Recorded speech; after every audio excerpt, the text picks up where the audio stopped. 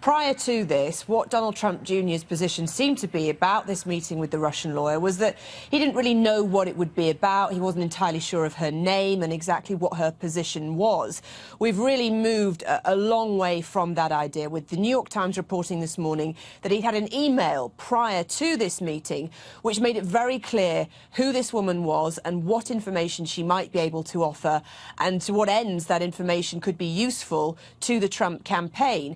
Now, Donald Trump Jr. has gone one step further with that. He has released that email chain. So we're going to take a look at it now and see the exact detail of it. So it starts off: the Crown Prosecutor of Russia met with his father, Aras, this morning, and in their meeting offered to provide the Trump campaign with some official documents and information that would incriminate Hillary and her dealings with Russia and would be very useful to your father.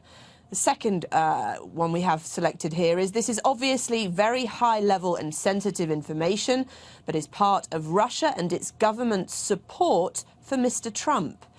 Now, Donald Trump Jr. Gives fairly brief responses overall to this. This one pretty much sums it up. If it's what you say, I love it, especially later in the summer. Now, prior to this, Donald Trump Jr. had been pretty emphatic that during the campaign he had never met with any Russian official.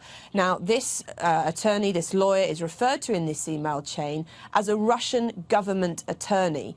So basically, what he'd said before is not true, based on this email chain, which he himself has offered up. And also, the most interesting thing here is that it is so explicit about this being, as it says, the Russia and its government support for Mr. Trump. Obviously, the whole investigation that's going on by this special counsel at the moment is looking into Russia's interference in the election, looking into the fact that they believe widely, the intelligence community here, that it was aimed at helping Mr. Trump, hurting Mrs. Clinton, and really just whether they were colluding with the Kremlin, whether the Trump team was colluding. And certainly what we see from this email is a willingness for that collusion, demonstrated in particularly that last one. If it's what you say, I love it, especially later in the summer. It's very clear what they're offering. It's very clear that he's happy to hear it and have that meeting.